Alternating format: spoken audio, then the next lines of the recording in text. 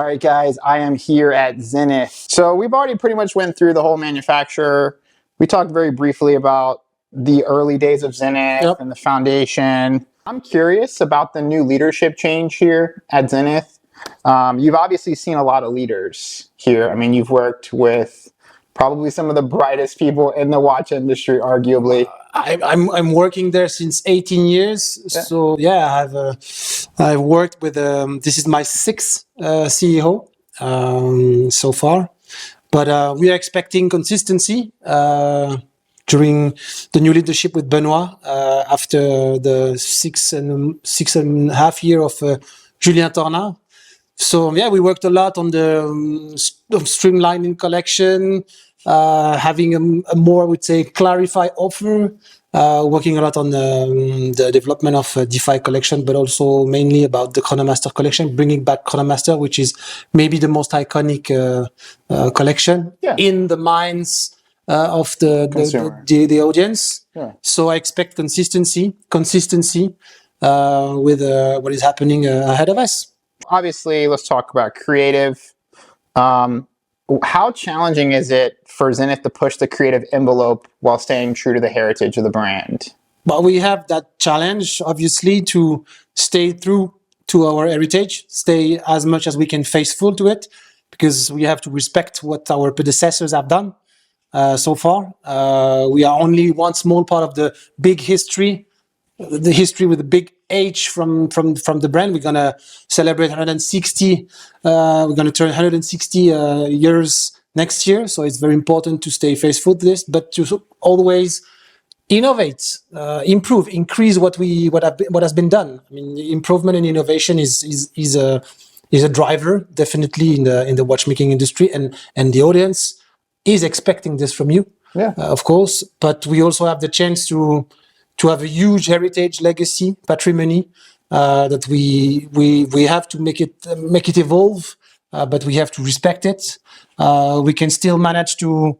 That's a good example. What I'm wearing, for example, because this is a prototype from 1970, so right after the introduction of the El Primero movement, and we are going to reveal a piece that is inspired from this, exactly in the same proportion, with the same type of dial. So we are able to revive models from 54 years back, 55 years back, and still be able to work with the same movement in the same proportion.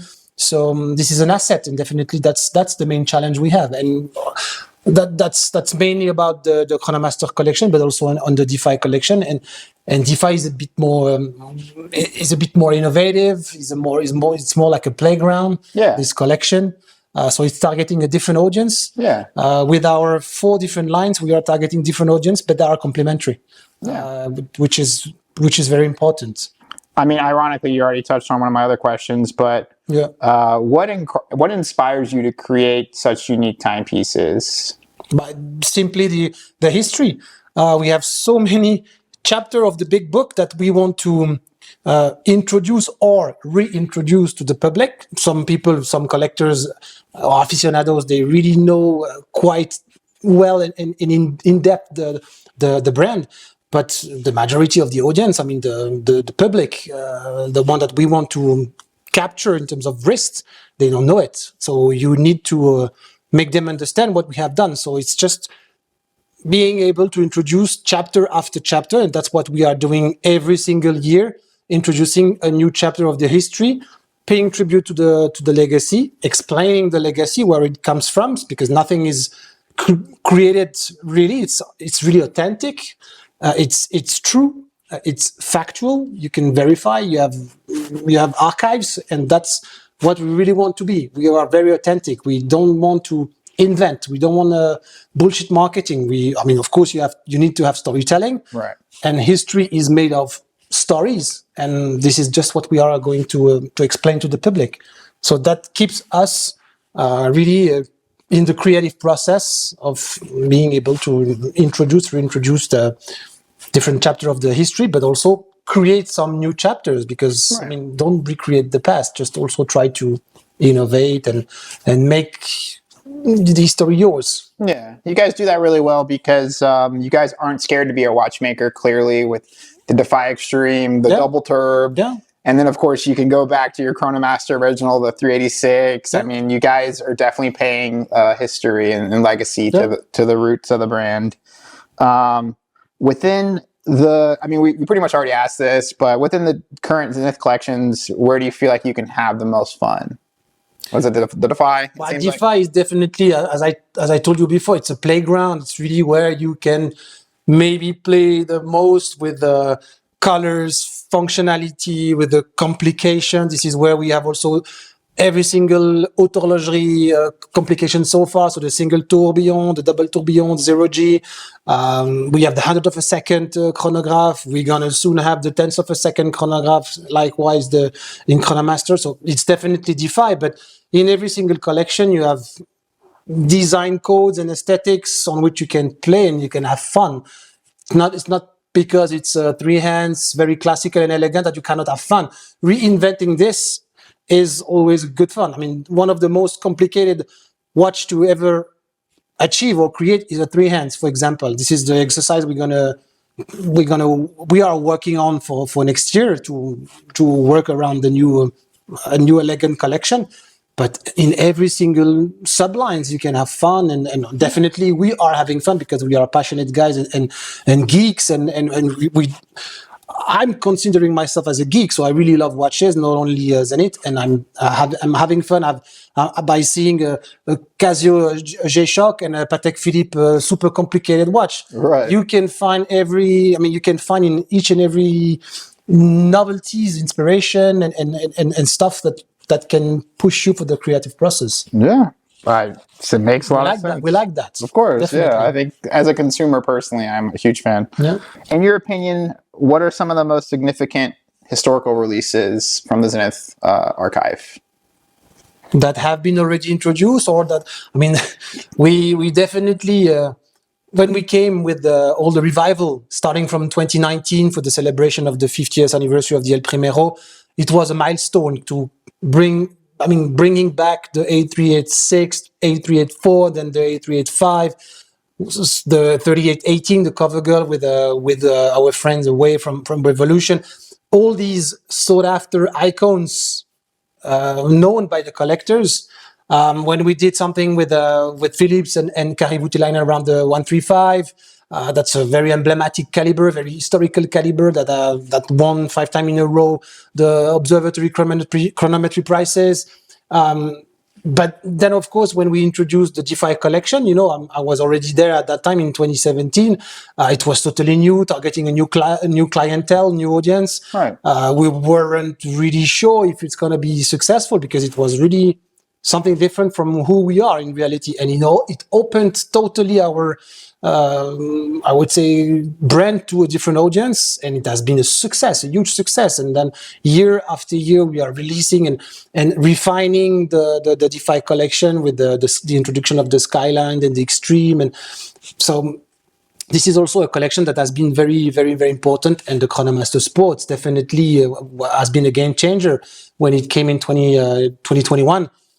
It has been a tsunami of reaction, positive or negative, but at least, you're talking about the brand, and in reality, the sales were fantastic. Yeah. Since then, it has totally changed the mood around the brand, and maybe the spotlight on the brand has been even brighter with this, and you can expect more.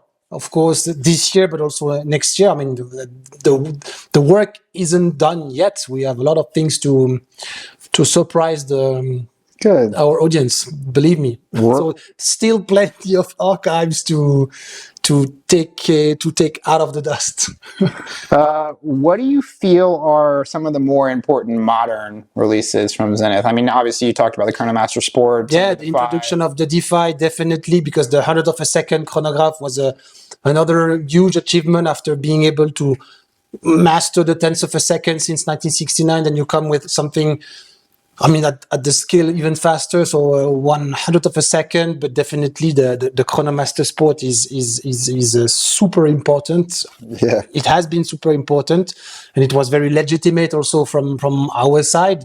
The Skyline has been also very important because it was the first real high frequency three hands. Yeah. So still in the same idea of being one of the master of high frequencies since 5 decades. And yeah, some releases that are coming are also very important for the future development of some of the lines. We have, as I said, 4 different collections, and for their developments, we have some very emblematic releases that are going to happen very soon, which I cannot really hear. I can tease a bit, but cannot reveal it. But yeah, I mean, Pilot has been also very important. The refresh, after having worked with the same aesthetics for 10 years, 2012, and then we release it in 2023, okay, 11 years. And you can expect, of course, more tool watch in the future, more functionality, so some new developments of movement and functions in the future. But the next big step is to work on the elegant and dressy collection for 2025. If I'm taking apart what's going to happen in 2024, which is focused on Chronomaster and DeFi, still the 2 most strategical pillar of our collection. Obviously, you guys have collaborated with a lot of great brands. You've done the Coleman Foundation. I mean, you've obviously just released the Chronomaster Sport with Aaron Rodgers. How do you see the future of collaboration shaping the brand? Well, it's always there to support what we are doing with the core collection, definitely. So it's based on that. It's here to help the core collection to succeed, to establish itself on the market. It's not there to cannibalize it. Obviously, I mean, you're creating buzz with a collaboration, and this is what we want to do with our scale, with our size. We cannot buy to ourselves a big ambassadors like, I don't know, Leonardo DiCaprio for X hundred of millions. So, and this is not really our DNA. I mean, we are not this. We are authentic. We are more discreet. We are a real manufacturer. I mean, we are a brand of value, real value. When I'm saying this is opposite to a volume brand. You know, I mean, we are a niche brand. Since 1969, we have produced roughly 1 million El Primero in 55 years. That's crazy. It's not even the annual production of Rolex. It's just to give you a scale of how niche we are. And I'm talking only about the El Primero. So, yeah. I'm going to have a tough one for you here. So, if you could choose one Zenith icon, what would it be? If I can choose only one, I mean, I bought myself an A386. I read the story for your 40th. For my 40th birthday, because that was really one that I chased for a while, because I really wanted an MK1 from 1969. But obviously, this watch is the grandfather of them all. I mean, everything is really based on that. The iconic sub-dial signature in colors, the shape of the case. It's also one of the cases that welcomed the El Primero back in the day. This is very important for me, definitely. And the caliber 135 is something that I really love.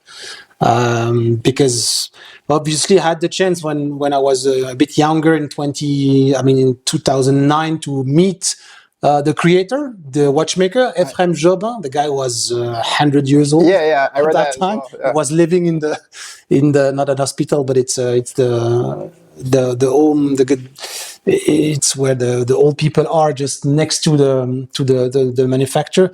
And the guy was incredible. You know, he didn't really remember what he had for dinner, but he remembered how he created the movement. Yeah. So the story was crazy, and it was in the 40s, late 40s.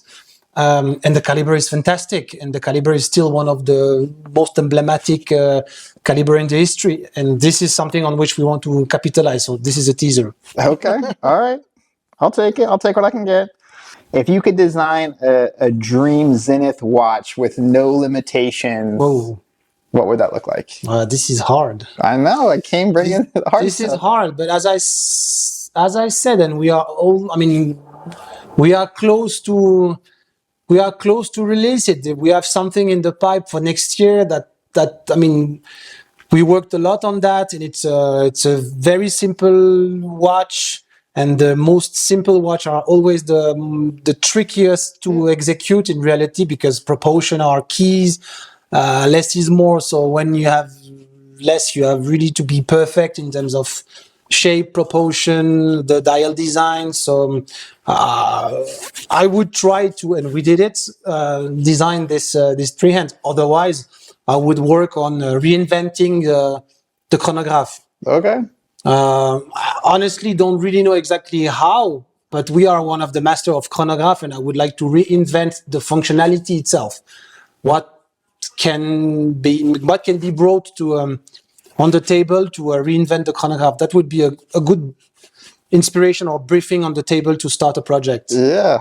What do you think is the successful recipe for, or the recipe for a successful watch? By being true to the history of the brand and the DNA. Obviously, that's for me the basic. If you try to be something else, you won't succeed. Yeah. Value inside for me as an aficionados, as a manufacturer, we have to take care of this. So you have to have a good movement inside. Pricing is key, obviously, because I mean the public is quite tough with us, with brands, and they have to. Yeah. They are analyzing everything. Of course, they are. I mean, every single people can talk about taste, aesthetic, design, because we have our own taste, and most of the people, they do this at first. They criticize this there. I mean, they shouldn't have a date opening at 4:30, like for most of our chronograph. And this is basically one of the biggest criticism we have. But we stay true to who we are. We had this since day one, so we are still doing it. You like it or not, but this is a fact. Well, this is a tricky question, but.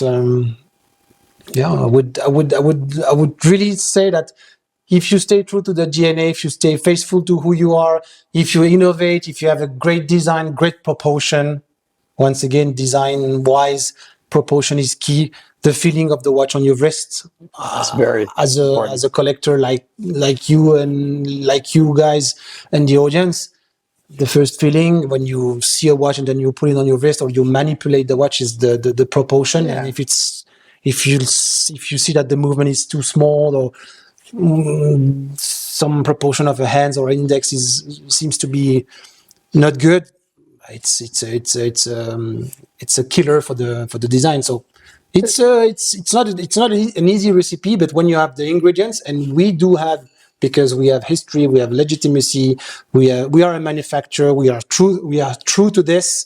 Every single Zenith watch is equipped with a Zenith movement. We try to have the best value for money you can get. I don't like this expression, but value for money is important. Of course. What we are bringing on the table is a lot of value for the price you pay compared to the others.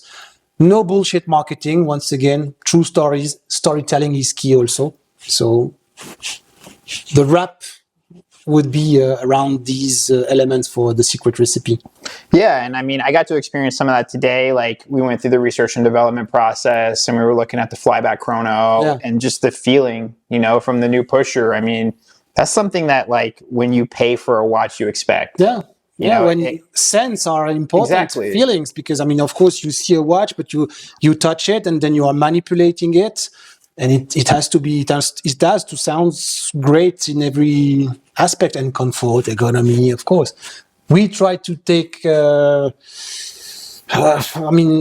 attention to all the details. It's not easy because sometimes you have to make also you have some constraints, technical constraints, but as a manufacturer, you have to definitely be aware of this.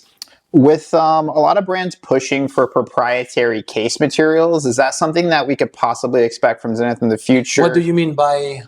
So, like, if you think about Panerai, for example, Carbotech, if you think about IWC, you think about Ceratanium, or E-Steel. A lot of brands obviously try to reinvent the wheel in terms of material. I mean, a lot of things have been done already. That's true. I mean, of course, we stay aware on that particular field, definitely. We brought here and there some also innovation in terms of material or use of material for first time. For sure. Sometimes we did it with the stones, with a different colorization of movement, for example. Innovation can be also hidden sometimes in the movement, in the gear train, cinetic, whatever. And this is also something on which we take a good attention.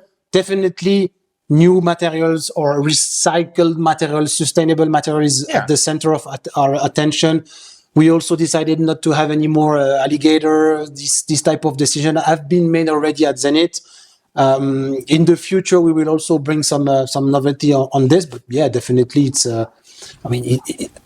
It's the feedback coming from the market, so we are listening definitely this. So you have to, with the younger generation, definitely you have to. Everybody wants like net zero, it seems like now. It's something that, I mean, the industry should take into account for sure. And you will always have gold, you will always have platinum or steel and titanium watches for sure. But also you can innovate with new material, yeah. Where do you predict, obviously, the future developments that are going to happen here? Was it going to be like movements? I mean, I know it's a really subjective question and you may not be able to answer, but for us, of course, as a manufacturer, it will always be on movement. Obviously, not majority of the releases, but we have also a field of expression which is different in every single collection, in every line. So it allows ourselves to be innovative in different fields, which is good, which is also cool, which once again, we come back to fun and having fun. Yeah. Predicting always the future, we don't have a crystal ball, it's always hard. As soon as you, as I said, stay true and then the watch sounds good and have good proportion, normally you can expect that it will work. In the future, I would say near future, definitely we will have some novelties on movement. We will explore also some new field for us that are not in the collection now. We are on the chronograph, we are on the very high frequency fields and also on the horlogerie. We have reintroduced pilot. We're going to reintroduce another field on which we were present, another teaser. In Watches and Wonders this year. So yeah, a lot of things can still happen. And once again, I'm coming back to the big book, the different chapter we're gonna open for the public. I think you talked a lot about in one of the articles that I read, like being true to yourself as a manufacturer. Important, which I mean, I never heard other brands talk about this. I mean, honestly, you're honoring your heritage, but you're not really, it doesn't seem like you're really paying attention to what others are doing and just kind of focusing, keeping your lens here inside the manufacturer and focusing on just what you're doing and not so much what... If you tend to look too much to the competitors, then you also tend to lose a bit yourself. You can be inspired from the other. And as I said, coming back to a G-Shock can inspire me and Patek Philippe can inspire us. Every single release is a source of inspiration, but definitely you have to look from your lens. Because I mean, otherwise it will sound fake, for me. I mean, this is our opinion at Zenith and we have so many archives there, so many stories, so many, it's factual, you can verify, everything is there. I mean, it's only a matter of being able to explain it and to gain awareness, build the brand equity and being able to gain wrist at the end. I would like you to wear a Zenith and not a Baltic. You didn't have to say that on camera. That would be... Well, so funny story. I have two Zeniths. I was going to bring... So sorry for the comment.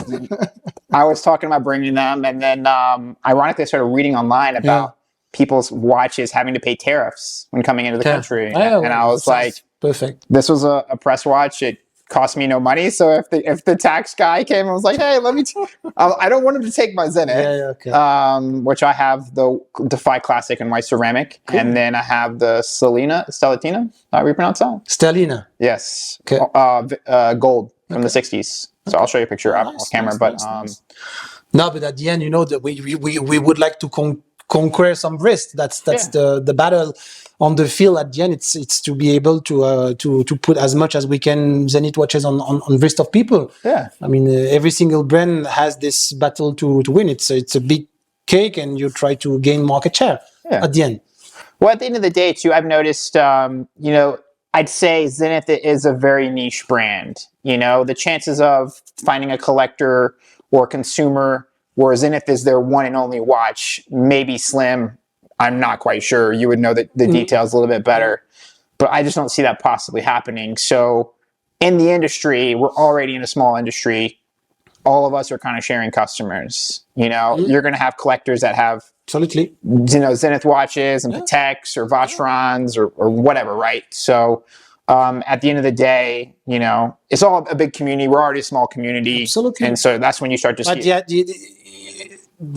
once again, the fight, the battle is to be able to be the brand gaining some position in the personal ranking of every single collector to be the next purchase. Yeah. That's I mean, I have my personal holy grail list that I want to fulfill.